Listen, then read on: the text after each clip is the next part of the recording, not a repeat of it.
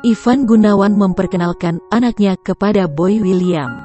Ia pun dibuat emosi saat Boy William salah dalam menggendong. Presenter sekaligus desainer Ivan Gunawan kini tengah menjadi buah bibir.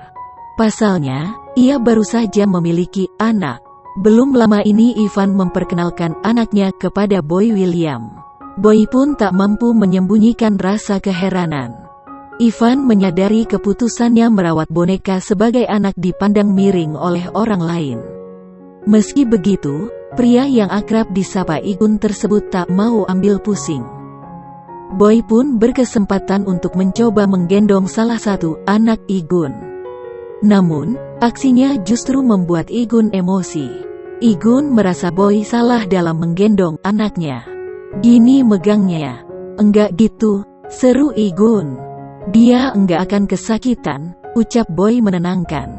"Gue tonjok ya, lo balikin enggak?" sahut Igun.